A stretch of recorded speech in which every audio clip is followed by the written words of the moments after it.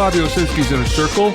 I'm Bobby Owsinski, and this is a show all about music, music production, and the music business. My guest today is composer and arranger Dennis Dreith. But first of all, composers have been having a problem for a while with the money and the budgets going down and basically not making what they used to. One of the reasons why budgets have been going down is because most studios and networks feel that the composer really doesn't need an orchestra anymore or can fake it using samples and using their digital audio workstation. So we find there's less and less money available, and even though there may be more work there in terms of what the composer is doing, they're making less. But now we've gotten to the point where film studios and networks are demanding kickbacks from composers. What that means is they're looking for a percentage of the downstream royalties. Now, the way it works is usually a composer will make some money up front for their work, and then they get paid for the number of times it gets played on television. Now, with a film, for instance, you don't get paid for the number of times it plays in a theater, but when it does go to television, then you get paid for that. Well, now what's happening is the networks and the film studios are beginning to ask composers for a percentage of that money that comes in later on. Essentially, what they're asking for is to share writing credit. On the writing credits, it would be the composer's name as well as the studio or the network's name. Now, there's nothing illegal about this, although there seems that there should be. But essentially, what the networks are doing is they're saying, if you want to work for us ever again, then you have to do this. So they're becoming a big business bully, in effect. This is even happening for production music, in other words, library music, where the network is going to the composer and saying, gee, we'd love to use your music, but you have to cut us in on the downstream royalties. So this makes being a composer even less lucrative and even more cutthroat than it did before. So just imagine if you're a composer and you work really hard to get into a position where finally you're getting big league work. All of a sudden, they're coming to you and saying, well, you know what, we're not going to pay you for what you did, and then go to a younger composer who will probably work for that, which sets a precedent, which kind of hurts everybody down the line. So obviously this isn't something that's going to work in favor of the composer. It's not something that we want to see, but it's becoming a fact of modern compositional life.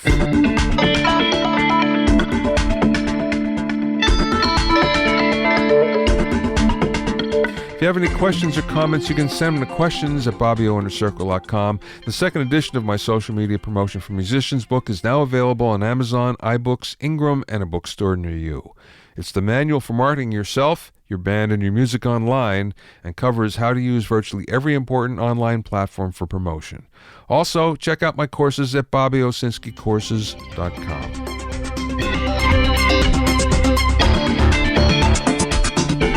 Now, going to the audio side for a bit, we all love 500 series racks and modules. They're an easy and inexpensive way to get a big sound for not that much money. That being said, one of the downsides is the fact that they're analog. So they have the problem of having to recall them manually. Take a picture with your phone, then recall from there.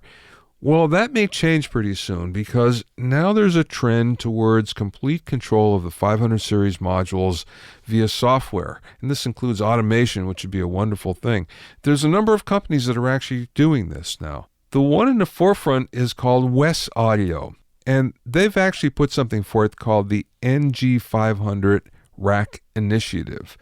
They're using the same 500 series connector on the modules, but it has some additional pins for connectivity, and basically the connectivity is going to be via USB or internet, and this is going to allow the ability to control modules via software.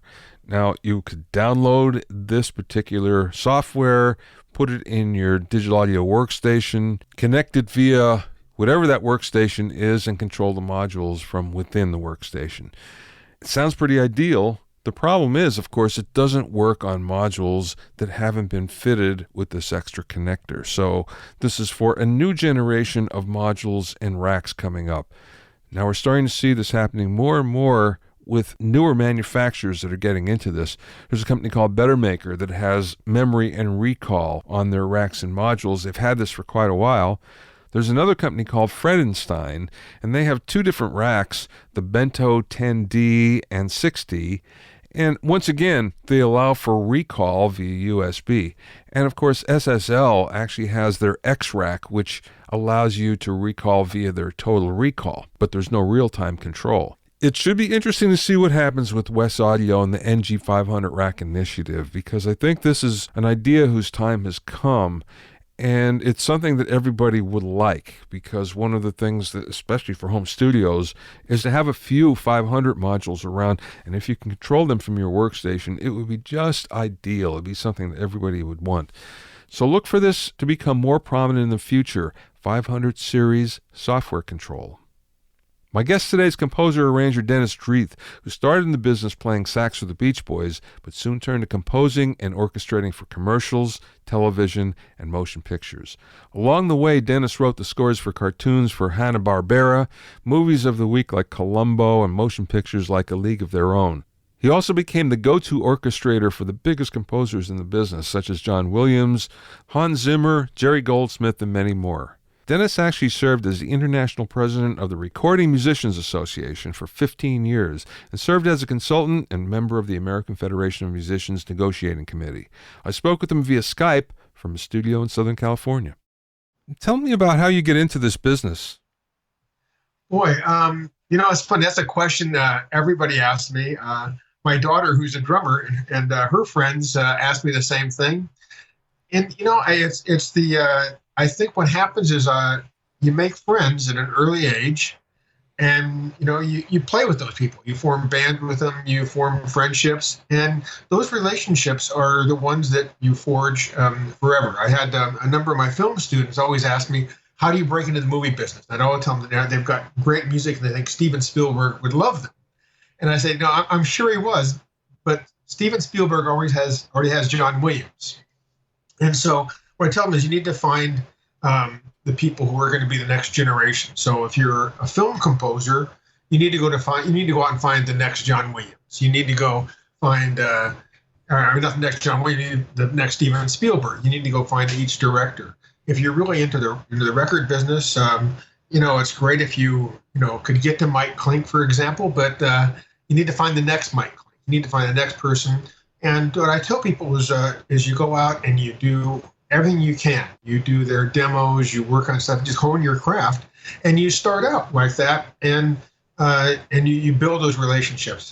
This whole business, to me, it's all about relationships. So it's about the relationships you build when you're 16, 17 years old are the ones that you nurture through your 20s, and by the time in your 30s, everybody sort of arrived and you're making music together in whatever genre.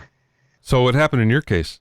Well, I think that was kind of it. I had a lot of friends. In my case, it was interesting. I was sort of envious. I started playing music a little bit later. I didn't really start music until I was in my junior high school era. And by the time I got to high school, I started playing in different bands. And I had a lot of friends who was interesting, whose parents were studio musicians. And so I became friends with them. So it was, in many cases, some of their parents were the ones who helped me with my first connections. The people who actually, it was interesting because I didn't come from a family of musicians, and I sort of envied all those guys and gals who did.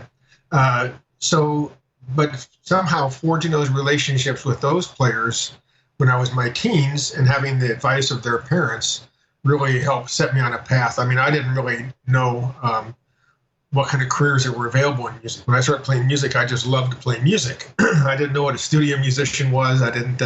All I knew is I wanted to play music, and I got kind of pushed in the right directions early on. And then some of the people recommended me for jobs. I remember the first things were playing jobs, going out and doing bus and truck musicals, playing woodwinds on them, and I did that. I played saxophone with Paul Revere and the Raiders and the Beach Boys, and just some stuff like that. I worked for one with the Osmond Brothers. All those things that I did, like on the road, gave me a chance to make a living.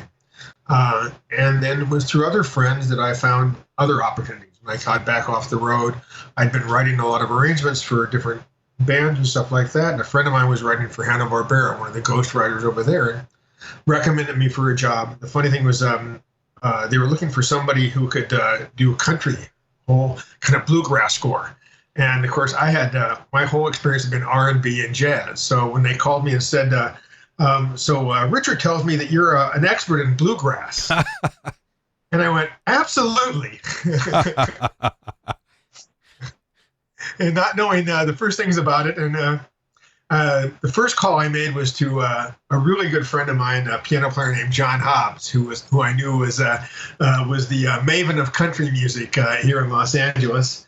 And so I ran over to John's house really quick and said, teach me some things, some chord progressions and a few licks that'll get me through. And John did that and just handed me a stack of records, said, here, listen to these guys, check out these chord progressions. Listen, here's a couple of hot licks you can incorporate. And I wrote the first show based on those things, and became the expert for Hanna-Barbera for a while. And I became the bluegrass and country specialist. Tommy Tedesco tells a similar story where they asked him to play flamenco guitar. He knew nothing, but he learned one lick, and all of a sudden he was the expert and would keep on playing that lick over and over, no matter where he was asked. I'm positive I was on some dates with Tommy when he did exactly that. It wouldn't matter. He'd have one lick that fit, and then he was such a convincing one. He was such a great musician, and he was just so convincing in that. And it is funny how that happens. In a similar situation years later, I was working for Universal, writing music for a lot of their sort of utility programs, and I was sort of the backup guy when a score got thrown out and needed something to fill in a hurry. And at one point, they needed some 1920s, real roaring 20s music. Once again, my jazz sort of education started quite a bit after that. And I did a couple of arrangements in that style. Once again, was having a friend. I called up Spud Murphy, the famous arranger who had done all kinds of arranging for Duke Ellington and orchestrated for Billy Strayhorn, and had orchestrated and arranged for Ella Fitzgerald, all kinds of people. And was a great guy. Benny Goodman's arranger for years. And I called up Spud and got some advice, and made it through my first couple of arrangements and became the hot jazz arranger at Universal for a couple of years. Well, so it's, once again, it's friendship and relationships, and I think that's how and my advice to people is you don't want to take an opportunity or take a chance of something you're going to fail at, but you don't want to turn anything down either, and you need to develop some kind of a little bit of a bravery to attack new things, but you also need a safety net. You got to find some people who can help you through. Did you have any formal training in arranging or in orchestrating, or was it just on the advice of others? No, when I was in college, I was at a music major at Cal State LA, and I had been a composition major there, and I did study formally arranging and orchestration, and of course, my college days were somewhat odd because I'd moved out of home. My dad and I had sort of a dispute over my choice of careers, and so at 19, I left home basically to make it on my own. And so while I was in college, I really had to also suddenly make a living. So I was going on the road a lot, and I wasn't showing up for classes. And I had some great instructors who allowed me to. For example, the orchestration class and basic music theory, I became the instructor's grader, so I could take papers on the road. I would grade their papers and not show up to class, and I did that. But I also say that where I really got my formal education was in two ways. Like one is when I graduated college, I still felt like that I was sort of lacking. There's a lot of things I didn't know. And there was a great orchestration teacher in Los Angeles named Albert Harris. And he was sort of the orchestration teacher for all kinds of guys doing films and television work. And I went to Al Harris for a couple of years and studied with him. And that's where I thought, honed my craft. And then I was a ghostwriter at Hanna-Barbera for about 4 seasons, and I think I got to put a lot of that stuff into practice. So that was how I did it with my education. Well, you were an orchestrator for a lot of great composers. Did that come after you had some success, or is this right in that period? It was more or less, I guess, after I had a little bit of success. I'd been, doing a lot of TV movies and some other television work. I hadn't had a lot of feature film experience. So it was sort of when I'd sort of, I guess, kind of gotten sort of semi experience and at least accomplished, that I actually had a couple of great opportunities. And yeah, I've really had an opportunity to work with some of my idols, in terms of some of the great composers I've had a chance to work with. And I learned something from every one of them. That's where I went to school. You can't help, if you're sitting there orchestrating something for John Williams, and you're looking at that, and a master like that, Lalo Schifrin, Jerry Goldsmith, those guys they're these absolute gods of the business as far as I'm concerned. And you look at that, and these are incredibly gifted and incredibly schooled composers. And you look at that, there's the lessons you can learn from just taking apart their sketches and then recreating those and orchestrating for them are lessons that are incredible. I owe a great debt of gratitude to all the people who sort of, put up with me through those early stages of that kind of stuff. How long would it take to do an orchestration? Boy, it's funny. I was having that same discussion with somebody today, and some of them would just almost write themselves. Especially when you're writing for John Williams, it was pretty easy everything's so well spelled out. And it's hard for me to say. Some things are just like anything else. You look at a piece of music and you can do an orchestration or an arrangement, and they're just in a heartbeat, and other days you might just struggle over 4 bars. I'm in a project right now. There's a jazz singer in town named Kathy Siegel Garcia, who has, a couple of records out and plays around. She's really wonderful. And we're doing an album in a couple of weeks. And I'm working on a couple of the arrangements. Bevan Manson is the producer on this, and I'm taking over on a couple of the arrangements. There's a great Vince Mendoza song called Ambivalence that she's written some lyrics to. And Vince Mendoza the original recording was with the London Philharmonic. This is a beautifully rich, gorgeous ballad. And it seems like I've looked at this thing, and the music is so wonderful, but it's also quite complex in that, there might be a place for just something on a lead sheet might say an E chord, but what's implied is like, raised 11s and flat 13s and all kinds of stuff that's not really there, but you can't really just have a cluster chord. You have to work out these lines.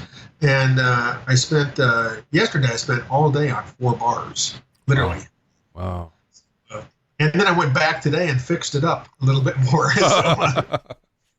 And then today I sat down and whipped through several pages of the same arrangement in another section. So it's really hard to say. I think it's one of those kind of things where it just seems to take as long as it takes. And of course, deadlines are great enforcers of a schedule. Is that you can work for 4 days on an arrangement, an orchestration, and then a day before a session you can get 3 orchestrations that have to be done, and you power through those and you somehow manage to do that. So I just always seem to manage to whatever time is there for it, I use. So it's hard for me to, a lot of guys can tell you exactly how, how many, pages and how many minutes they can write, orchestrate in a day. And I've always been able to get whatever done that I had to get done.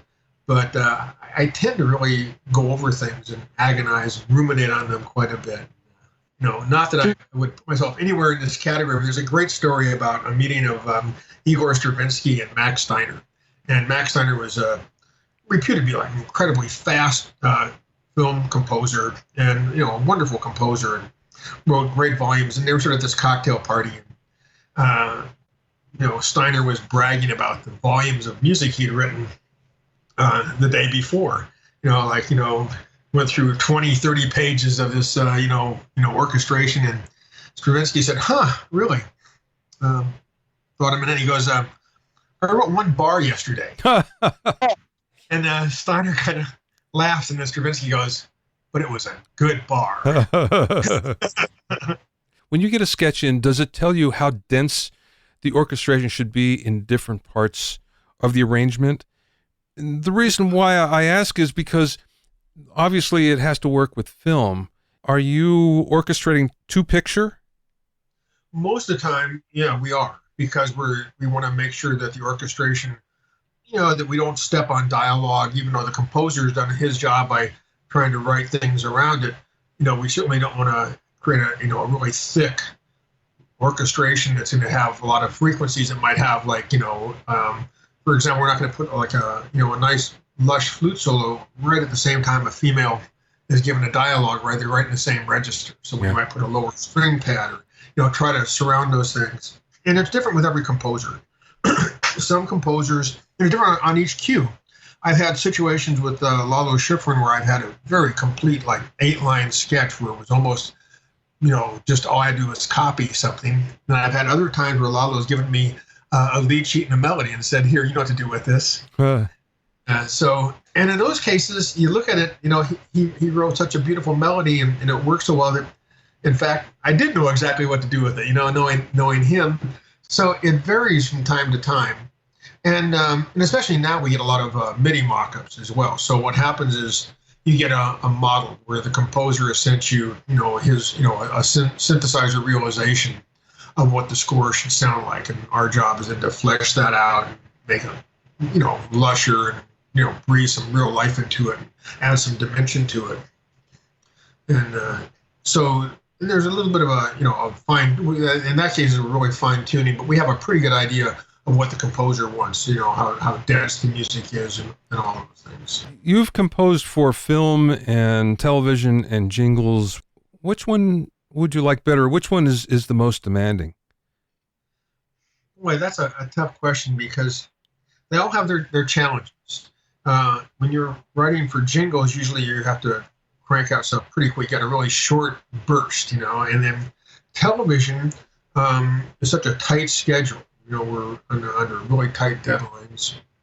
And then film is like the scope, and of course there we have compressed schedules. So, I've had easy television shows and really hard shows. I've had easy motion pictures and hard motion pictures. And it's hard to really say that one is more challenging or one is more rewarding. I actually have found that some of the, lower budget television projects I've done, I've had the most fun and they've been the most rewarding in some ways. And then in other ways is, there's nothing quite like a big budget motion picture with a 110-piece orchestra at your disposal. And in those cases, you just have this incredible palette to choose from. And I don't want to say there's not any challenges, but you have so many choices available. Where sometimes a project that has a very small ensemble and a very tight budget, produces a different set of challenges. So they're all different challenges to me. When you say you have fun doing something, what constitutes fun? Boy, well, I thought you might say, how is this fun? You've got this pressure. You have to write something for a 100-piece orchestra, and there's a session, 2 days from now. How was that fun? And maybe the sweating part over it. But then, you're sitting there and you're writing something, that maybe you're going to write a part that a musician is going to sit there. And one, I have to say, and especially in Los Angeles, in New York, other places too, Paris, London, but especially here in Los Angeles, we have a collection of the world's greatest musicians. So as I'm sitting home and I'm writing a line here, and I'm thinking that I'm going to have, arguably one of the best French horn players in the world play this solo. And, that they're going to breathe some real life into this part. And that if you can know as you're doing that they're actually not going to not only do that, they're going to make it glorious, they actually might like playing that part. And you want to write something. And when you deliver that, and you can hear that on the stage, you hear that music come to life, there's, very few feelings to me in life that are as exciting and satisfying as that. When I was doing cartoon shows, working for Hanna-Barbera, the goal was if I could crack up the band and make them ruin a take by laughing through a take, then I had succeeded, and so different challenges, but that was fun. It was hard work, it was grueling work. We had incredible schedules, but the sessions were like hysterical, and you had these fabulous musicians who were just making things as funny as they could, all that kind of stuff. So, what would crack them up, just as an example? Little inside musical jokes, or you could just turn something, if you're something that's like that's funny, that the unexpected, just like any joke, is all about timing. So if you can have somebody where the music takes an unexpected turn, in a completely upside down way, it would be humorous, And there's also humor, you can have funny music, funny sounding music, but to me it was best is if they didn't see it coming. They're playing through this chart, and it's funny and humorous, and it goes like completely left someplace that they hadn't expected. That's the kind of stuff, like anything, and that's the challenge to do those things. I saw that you were a consultant for Barbara Streisand for a concert in Las Vegas. So Yeah. what does that mean exactly? You were a consultant on the project. That was I had a bunch of different jobs on that. Some of it was I orchestrated some of the pieces that we were working on. I had been by that point president of the Recording Musicians Association. It was a very complicated contract, so I was there to help them put together the whole deal. There was musicians we were making a live recording, we were videotaping, we were doing a live concert. So my job was to help coordinate all the different business aspects of that. And I was hired as one of the orchestrators on top of all that. So I wore a lot of different hats in that. And that was a fun project. The band was absolutely fabulous. It was going to be Barbara's big farewell concert. Of course, turned out to be one of many farewell concerts. But, and I'd heard so many stories, about how challenging it is to work for her, and how demanding she is. And all those things are true. But I will say that, and I like to tell this one story. So and she, had a way of beating up the arrangers, and Marvin Hamlish was the music director on it, and it was my first experience working with Marvin, and so there's very excellent musicians. The musicianship was fabulous, and one of my jobs, we did this big medley of all of her hits, and I was orchestrating that, and what that meant mostly was taking the great Jack Hayes arrangements and all these different arrangements, putting them together in a medley. And I wrote little bridges and stuff to connect them and all that. And I had to write an ending. And one thing, Barbara had me write 5 different endings to people. It was like, because she wanted different things. And we had, and we had it was interesting because we had this one section where I had thought I just had this big ending. I figured by the time we get to the big ending, that it would be like this just huge applause, and we'd never hear anything more out then. She loved this one ending that Jack Hayes had written for the record. And it has this big ending, and it comes down to this like little bitty whisper. And I made the mistake of saying to Barbara, Barbara, I really think by the time we get to the concert, we're not going to hear that. And, I think we should just end it big, and I just got this look like, I'm asking you to do this. And I understood, okay, just do what we're told. And, so, and I will say, 2 things about this. Of course, the night of the concert, the audience went crazy. She couldn't hear anything after the big ending, and so things kind of fell apart. And on the soft section, of course, was all my fault for having been foolish enough to put this soft little thing in there. But the other thing, though, I learned, though, and it was, so it was fun. We just kept doing other endings until we made her happy, and that was my job, was to try to please her. But so as difficult as she could be, the one thing that I learned, and I've kind of always known this, but I really saw it in spades with her, is we showed up to the rehearsal, and there's the orchestra there, and there's Barbara and her entourage and a few friends, a few Hollywood celebrities and stuff like that. But pretty quiet. She shows up wearing a sweatsuit, and she's kind of like had jogged in or something, and so a lot of singers, when you're doing that kind of first run through like that, they sort of mouth through the part, they listen to the arrangement a little bit. They, they kind of coast through it a little bit and hum along, and, they kind of feel their way, and they kind of save it all for the performance. And so we pass out the parts, and the intro plays, and then the first note, there was this unbelievable performance. There was Barbara Streisand giving 110%, from the very first rehearsal. And it made me realize that this is a woman who has only 2 speeds, fabulous or off. And every time she opens her mouth to sing, it's going to be fabulous.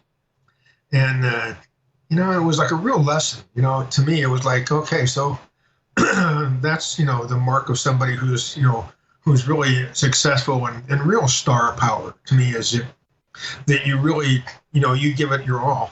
And it was at that point that I just said, she can ask me for anything because she's given 110%. So the rest of us had to as well.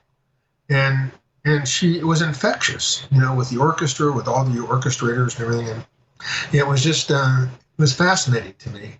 And it was a wonderful lesson, on sort of what it takes, to make it in this business. It was a sort of just a metaphor for, I think, what it takes. You mentioned before about helping negotiate those contracts. You were the president of the Recording Musicians Association for a long time. How did you get into that? Because the business side is definitely different from the creative side, and it's two different parts of the brain. So how did you manage that? Well, it is. I'd always been, back in my college days, I had been somewhat of a student activist and politically active.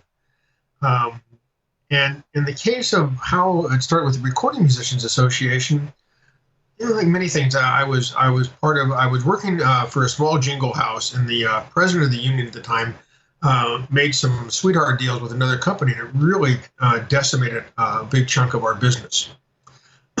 And so I was quite angry at the president. It turned out that a lot of other people were angry at the deal, and a bunch of musicians just became very active in terms of wanting to take care of, wanting to make the union more democratic, wanting to have a bigger say in our contracts. And it turned out that there'd been a lot of guys before me in the Musicians Guild who had done something just like that in the 50s. And I actually got to meet a lot of those guys and sort of got sort of politically or unionized, in a way that by them. And it just sort of mushroomed into this organization that was not growth of that. And we started with, a few guys in Los Angeles, New York, and Chicago, and Nashville, and that blossomed into an organization of more than 1,000 musicians in Los Angeles and similar numbers in the other cities. Smaller in Nashville because it's a smaller community. And New York had a very large chapter at one time as well. So it just kind of grew. It just kept growing, and it was really a chance for those who was working in the business to basically have some input into the union. I can't say it wasn't.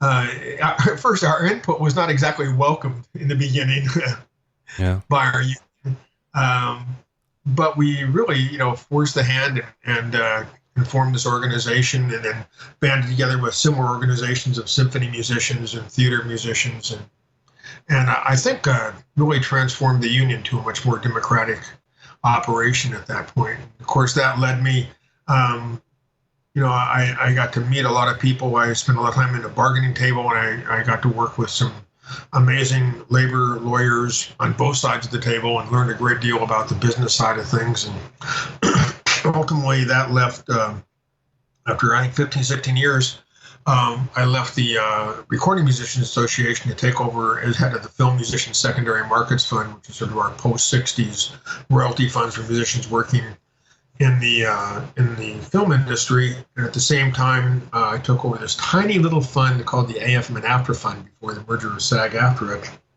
And that was in 1999. We had, I think, about $180,000 to make a distribution, and really only there was started with myself and one other person, and we grew that fund into an organization of about 73, 74 employees, and a $100 million operation. Wow. 17 years, and it's been all about statutory royalties and copyright issues. And, position I just left, a couple of months ago. I've retired from that, and now I'm going back to work as an everyday musician again. I'm sure there's a lot of fun in that and a lot of freedom as well. That's true. Yeah. I saw that you addressed Congress on intellectual property. What was that like? Because not many people get that opportunity. Well, it was remarkable. I've always been a little bit of a political junkie. And like I said, I've been active in student politics in my college days. And to really be able to see kind of democracy at work. And I will say that was at a time, I don't want to get on a soapbox here, but that was a time when we had, liberals and conservatives and Democrats and Republicans, and people actually could work together. And, there were some incredible people on both sides. I spent a bunch of time during that time working with Congressman from here, Howard Berman, who was a long-term House of Representatives member here. I worked on the legislation with Orrin Hatch. kind of an unlikely pair at the time. When I first met Orrin Hatch, I had this long ponytail and was obviously, not a Republican, and not a Republican from Utah for sure. And I found, nonetheless, he and I really hit it off, and we worked together on this legislation. And so at the time, I got to make my statement to a joint policy committee on intellectual property matters. It was daunting, to say the least, because you walk into a Senate chamber, and there was Ted Kennedy sitting there, and Dianne Feinstein, and Senator Paul Simon, no relationship to the real Paul Simon. But anyway, it was a pretty daunting group, and to sit there and have prepared statements, which was the most nerve-wracking part of making my prepared statements. I felt much better when they would ask me questions, and they did. And once they started asking questions, it was kind of just felt like a regular person again. But it was a moment, to sit there and realize that this is where people have done these incredibly great things. Legislation has come through there, and like I said at the time when I looked at this, as Democrats and Republicans and people who just really wanted to do the right thing. I mean, certainly they each had their own agendas. I remember Orrin Hatch and I having quite a heated debate because he was also proposing some legislation that would protect the flag from any kind of desecration. And while I had always felt that I felt I was patriotic, I felt that there was the First Amendment was more important than a symbol. And he and I had quite a debate about it. But it was like this really intellectual but passionate debate, and I really came to like him quite a bit, and so it was interesting just to be able to do that. And I think that unfortunately, I think it's a time we don't have any longer. Everything has been so polarized. There's nothing but partisan politics, and it was really. I had and a final aside to that. We were having some problems on the committee getting kind of a real compromise, and I was with Howard Berman, and Howard said, "Come with me," and they were on their way to the chambers for a vote, and pulled me in an elevator with 4 Republicans, and said to them, "Okay, I want you to listen to him." He said, "Okay, Dennis, you got 45 seconds, go." Wow. And we rode the elevator down. I gave my spiel, and we actually got a couple of people on our side, and it was really because Howard was the most liberal Democrat in Congress at the time, or certainly one of the most liberal, was trusted by people who were some of the most conservative, but they knew how to find some middle ground. And it didn't matter that I was a Democrat and they were Republicans. I was a constituent, and they wanted to talk to me, and I just don't see that anymore. Yeah, and it's a shame. It's funny. I experienced something similar, but on a way, way, way lower level. I used to own a restaurant in Los Feliz, and we had a beer license, but we wanted to get a liquor license. So we applied, and we had to give a presentation in front of the city council. And of course, we hired a consultant to do that, but I was amazed at how different the language was. Mm-hmm. And it was one of those things where it's like, wow, you guys are speaking something foreign. I understand it, but I never would have thought to phrase it the way you're doing it. And of course, they're doing it in the legalese that everyone is used to under those circumstances. But I walked out of there with a new appreciation for anybody that has anything to do with government, because they're speaking a different language completely than what we're used to. They are, and it's, but it's, and that, and I found those kind of things that's to me stimulating. I thought it was fascinating to try to do that. And I've had some experience with the city council. I would say that's every bit as daunting as a Senate chamber. I will tell you that in some way there's a great deal of power and the politics on a local level like that are quite fascinating. So. Yes, we someday after this we'll talk about that. Tell me about your band, Dennis. The band. So we have this is one of my favorite things. When I was a young guy in my 20s, we had this band together with a whole bunch of guys who were great players. It's basically, I like to say, it's not a big band. It's really like sort of a rock and roll rhythm section with a double horn section. It's 8 horns and 5 rhythm, and some of my favorite players in the world are in the band.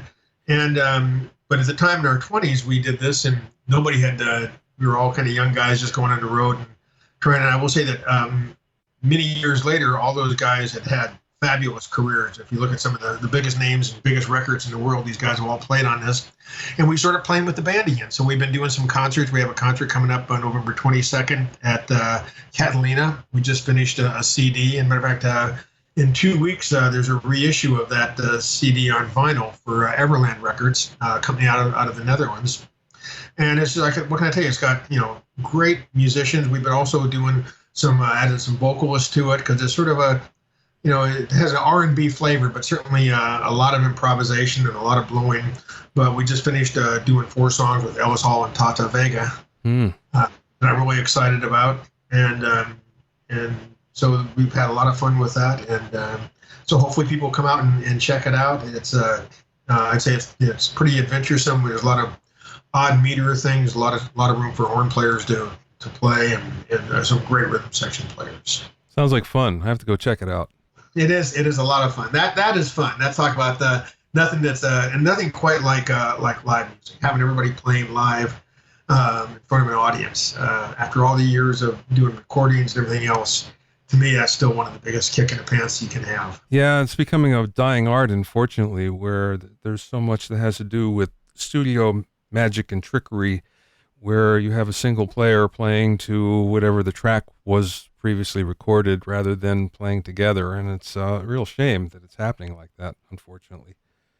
It is. We had a funny thing. We were at East West. We were in Studio 3 cutting rhythm tracks, and there was a pretty well-known hip-hop group, some urban contemporary guys down the hall in Studio 2. And we had the door open for a while, and all of a sudden I come out of there's a bunch of guys standing around there, and one of the guys asked me, how we, he hadn't really seen the session, so he loved the groove, and he said, how do you do, how do you make those beats? How do you make your beats?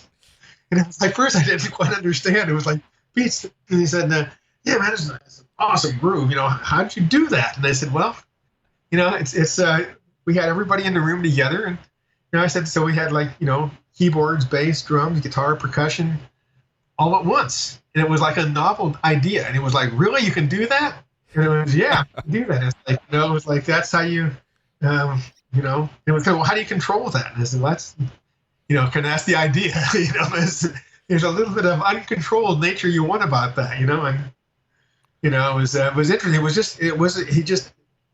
was like foreign. They popped in, they watched the date, and they were just completely blown. I said, come on in. It's like no secrets, it's like, this is how we do it, And it was like, so hopefully they'll be, maybe they'll think twice about it and decide to try to do some of that. But it was, that's it. To me, that's if you want to make the magic, that's how you do it. Yeah, but that's great because now I bet we'll see some cross-pollination as a result because they're exposed to something they were never exposed to before. And I'm sure they'll take that back and they'll start to use it, and suddenly it'll be something cool again. So, hey, you're at the beginning of it. So, it comes full circle maybe. Who knows, Last question, Dennis. What's the best piece of business advice that maybe you received from somebody or maybe you learned along the way?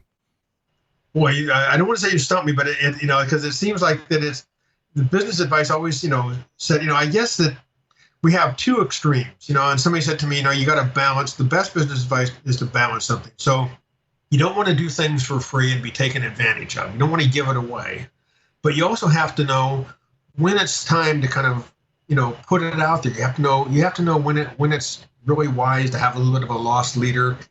And the other bit of business advice I say is whatever deal you made is the deal you made. And it doesn't matter. You still give 110%. You give 110% if it's the biggest budget project in the world, or if it's the tiniest little budget and you feel that you practically gave it away, you still give 110%. So that's I guess the best business advice is that no matter what the project is, you treat it like it's the most important project in the world. I just maybe one aside and give a little shout out to some of the background singers I work with are the Waters, and I work with Orrin, Maxine, and for ages, and I work with them.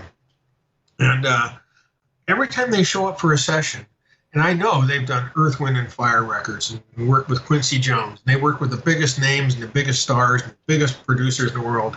And they show up, they come to my home studio and we're doing background vocals. And for those couple hours that they're here with me, it doesn't matter that, that they just came from a date with Quincy Jones the day before. Today they're there with me and they are giving it all. I mean, and that's and what we're doing that day is literally for them is the most important project that they have. And so that's the advice I guess I give to everybody is that whatever you're doing, make it the most important project. You never know where that producer is going to wind up. You don't know where the record's going to wind up, and your performance has to always be the best you can make it. So, it's just I always think you just give it that Barbara Streisand 110%. It's it's kind of both artistic and business advice, I guess. To find out more about Dennis and his band, you can go to his website, which is DennisDreith.com, DennisDreith, all one word, .com. Thanks for listening and being in my inner circle. Remember, if you have any questions or comments, you can send them to questions@BobbyOInnerCircle.com. To listen to other episodes of Bobby Owsinski's Inner Circle, go to BobbyOwsinski.com and select the podcast tab, or go to BobbyOInnerCircle.com, or find it on iTunes, Stitcher, Mixcloud, and Google Play. At BobbyOwsinski.com and BobbyOInnerCircle.com, you'll also find a sign-in form for my newsletter and for alerts for new podcasts. This is Bobby Owsinski. I will see you next time.